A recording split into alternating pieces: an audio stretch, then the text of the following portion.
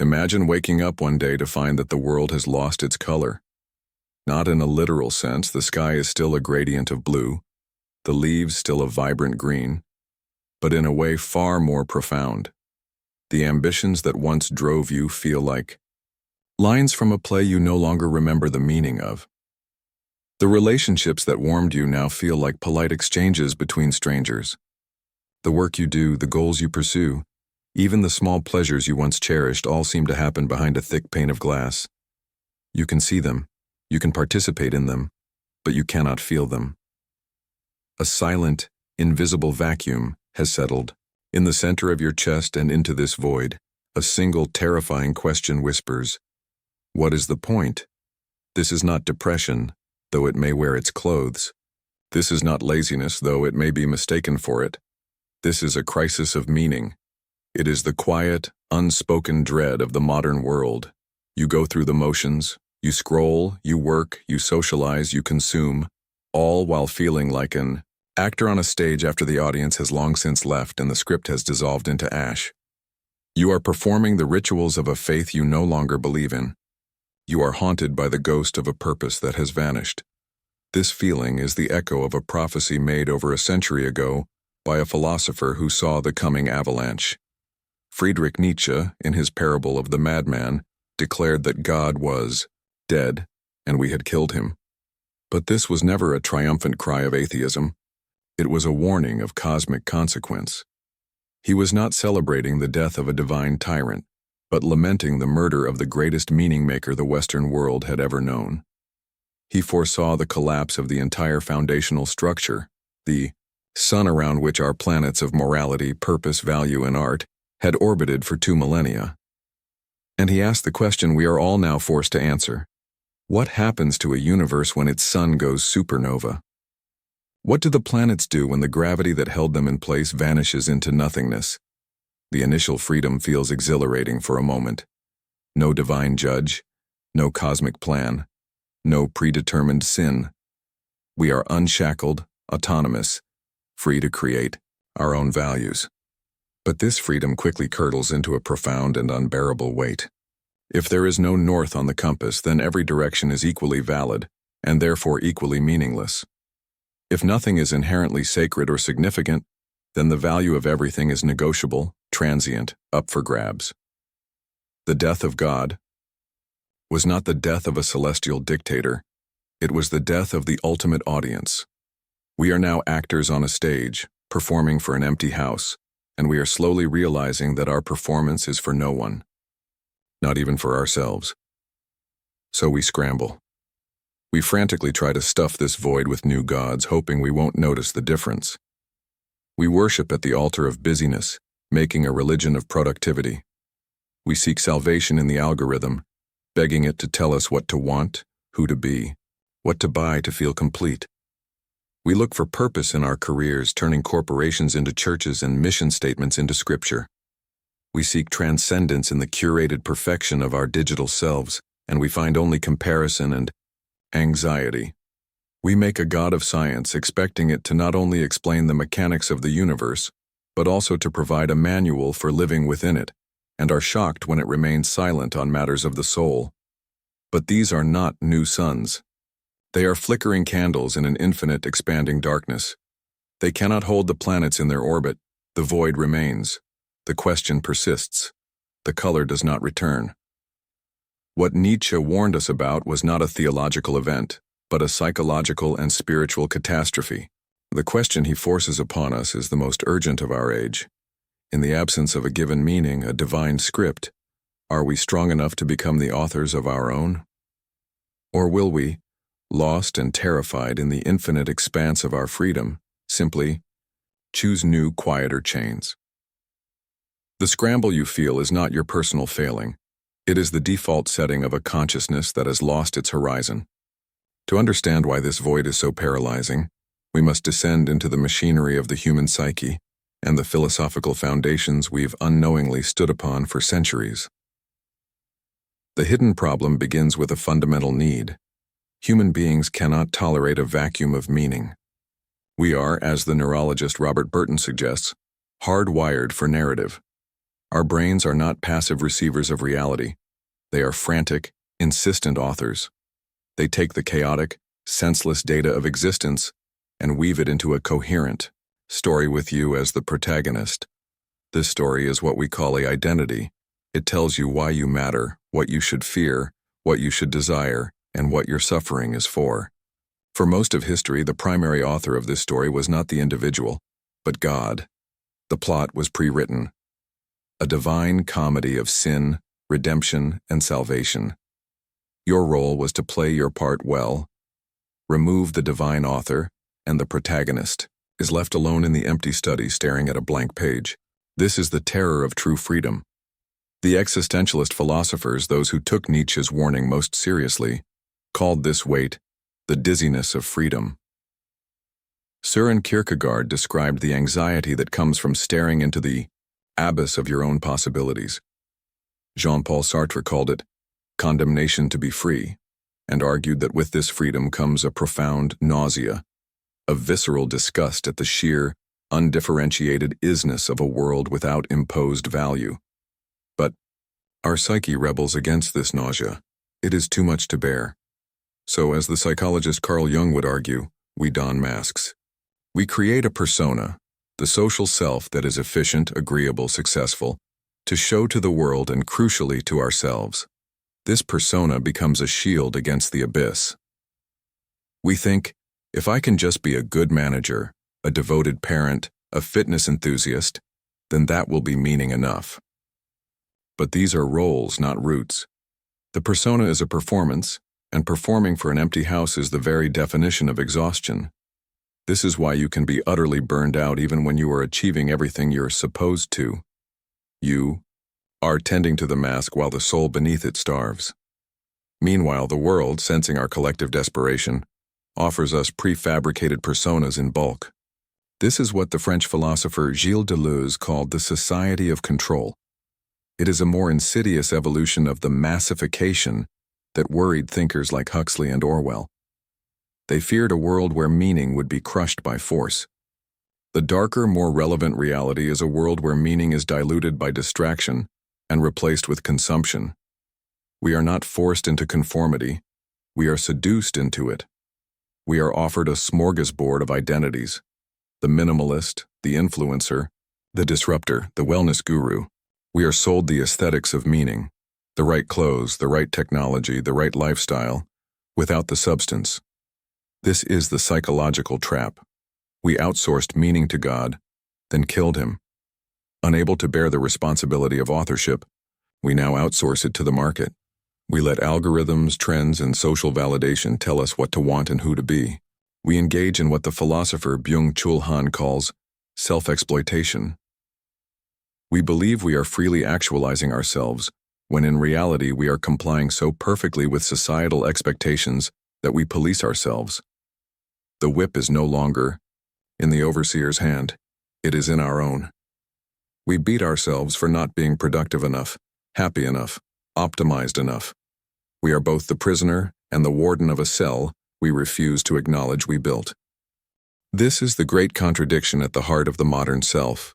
We crave authentic meaning but settle for external validation. We desire to be the authors of our lives, but outsource the writing to the crowd. We are terrified of the very freedom we supposedly won. Nietzsche saw this coming. He knew that the death of God would not immediately give rise to a race of Übermenschen, overmen, who could create their own values. First would come a long twilight period of nihilism, a period of what he called the last men, who blink and think, happiness is for sleep. The last man is the one who has traded the profound struggle for meaning for the comfortable numbness of safety, convenience, and petty pleasure. He is the end point of avoiding the void, a human who is no longer troubled by the big questions because he has made himself too small to ask them. The void, then, is not empty. It is filled with the ghosts of dead gods and the deafening noise of 1,000 distractions we use to avoid listening to the silence. The problem is not that meaning is gone. The problem is that we are looking for it in every place except the one place it could possibly be: within. This internal vacuum does not remain internal. It leaks. It spills out of your private thoughts and stains everything. It shapes your reality in ways so subtle and so pervasive that you mistake them for the natural order of things. The death of meaning is not a philosophical abstraction. It is a lived experience with tangible, devastating consequences that ripple through your psychology, your relationships, and the very fabric of society. First, it warps your perception of time. In a meaningful life, time has a texture. There are seasons of growth, struggle, and harvest. There is a narrative arc, but in the void, time flattens into a meaningless procession of identical units, a currency to be spent, optimized, or killed. You experience what the psychologist Philip Zimbardo calls a overwhelmingly present hedonistic orientation, frantically seeking the next hit of novelty or pleasure to stave off the numbness, or a fatalistic, transcendental future orientation, endlessly deferring happiness to a tomorrow that never comes. You are either lost in the next distraction or anxiously planning for a future you cannot control. But you are never truly here. Life becomes a waiting room, and you are forever waiting for an event that will give it purpose, never realizing the waiting itself is the condition you must solve. This leads to the second consequence, the commodification of experience. When you lack an internal compass to tell you what is truly valuable, you outsource the decision to the market. You don't seek experiences for their intrinsic worth or their capacity for depth. You seek them for their shareability, their brand value, their ability to signal a particular identity to your tribe and to yourself. A meal is not a sensory and social event. It is content. A vacation is not a respite for the soul.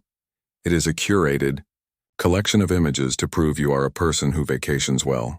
A relationship becomes a transaction to meet your needs. This is the ultimate triumph of the market. It has convinced us that the solution to a crisis of meaning is to consume more meaningfully. But you cannot purchase what you must create. This turns life into a ghostly simulation of living, where you are following a script written by advertisers and influencers, mistaking the map for the territory. The most pernicious effect, however, is on your struggles. In a universe with inherent meaning, suffering is teleological. It is for something. A test, a lesson, a redemption. But strip that away, and suffering becomes merely senseless pain. This is perhaps the most unbearable weight of all. Without a framework to contain it, grief, failure, and anxiety become not just painful but meaningless. They are random, cruel events in a random, cruel universe. To cope, you have two pathological options, both forms of what Ernest Becker called immortality projects. You either inflate your ego to cosmic proportions, believing your career or your legacy will shield you from the abyss, or you shrink into a state of passive resignation, numbing yourself to the pain of a world that seems fundamentally absurd.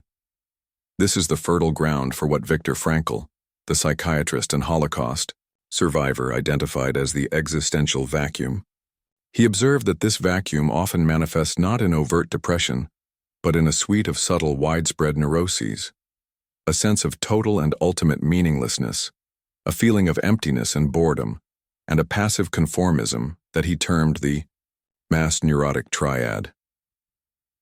We see this everywhere now, in the quiet despair of the high achiever who climbs the ladder only to find it leaning against the wrong wall, in the aggressive cynicism of those who preemptively reject all sources of meaning to protect themselves from the pain of another disappointment, in the collective anxiety that hums beneath the surface of our hyper-connected world, a frantic energy that masks a deep collective exhaustion.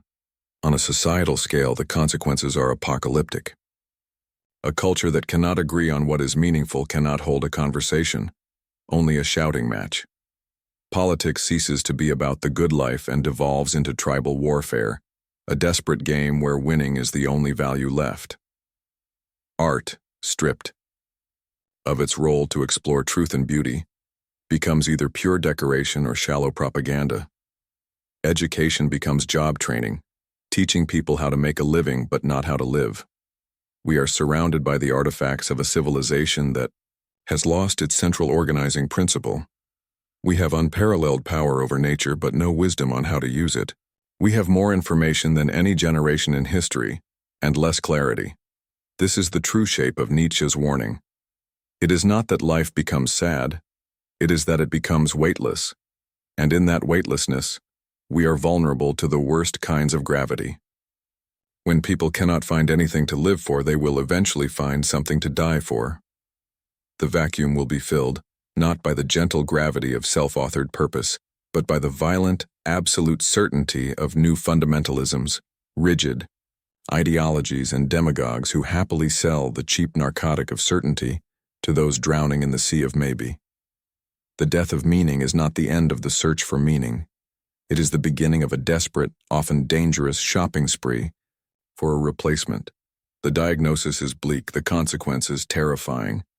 It would be easy to now slump into a resigned nihilism, to conclude that we are doomed to be the last men, blinking in the comfortable twilight of the world. But this is where Nietzsche's true message, the one buried beneath the frightening pronouncements, reveals itself.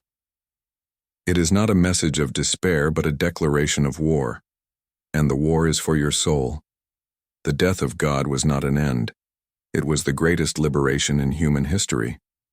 It was the demolition of a prison we had mistaken for a palace. The unbearable weight of freedom is in fact the weight of a sculptor's chisel. The void is not an emptiness to be feared, but a blank canvas to be claimed. The rebellion begins with a single, radical, counterintuitive act. You must stop looking for meaning and start building it. This is the essence of Nietzsche's concept of the Übermensch, the overman. This is not a blonde-haired, blue-eyed Superman.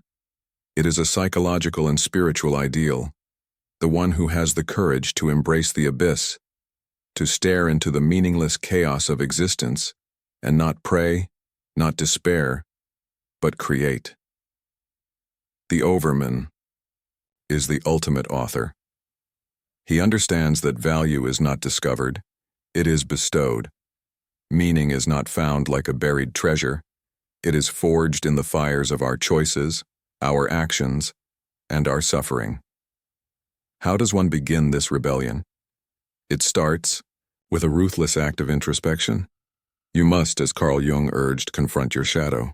You must drag into the light all the parts of yourself you have outsourced, repressed, or hidden behind your persona. Your envy, your rage, your pettiness, your unconventional desires. These are not moral failings to be purged. They are untamed. Energy, the raw chaotic material of your authentic self. The persona is a cage of niceness. The shadow holds the key. Integrating it doesn't make you evil, it makes you whole. It returns to you the power you had given away to maintain a comfortable facade. Next, you must reclaim your attention. Your attention is not just your focus. It is your love. It is the agency through which you bestow value upon the world.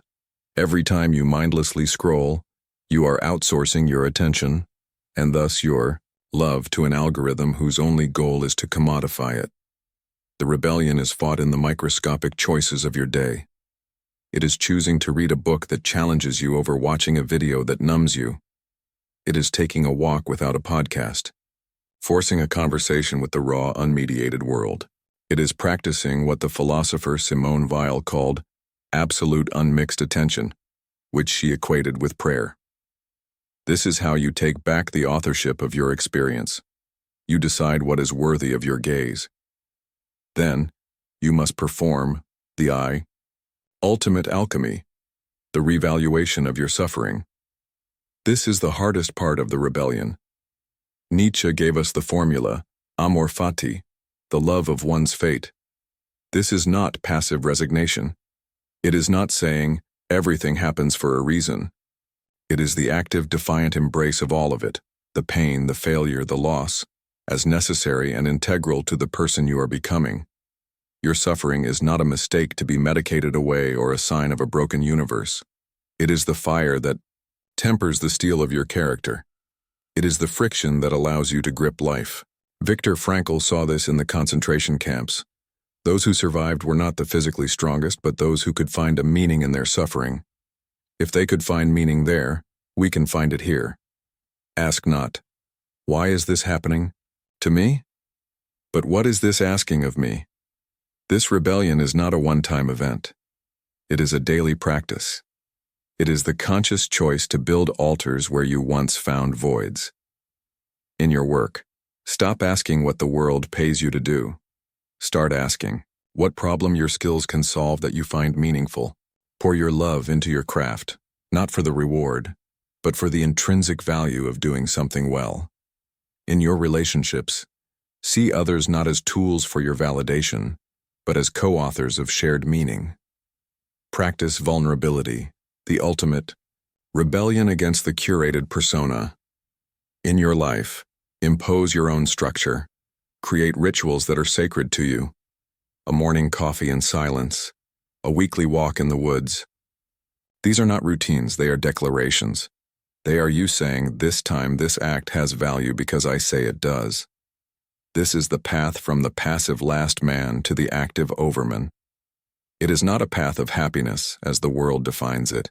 It is a path of depth, of strength, of responsibility. It is to exchange the warm, shallow bath of comfort for the bracing, dangerous, and exhilarating ocean of authentic existence. The rebellion is not about finding a new God. It is about finally growing up and realizing you never needed one to begin with.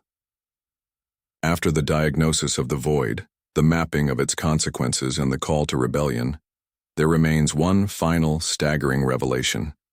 It is the truth that recontextualizes everything that came before.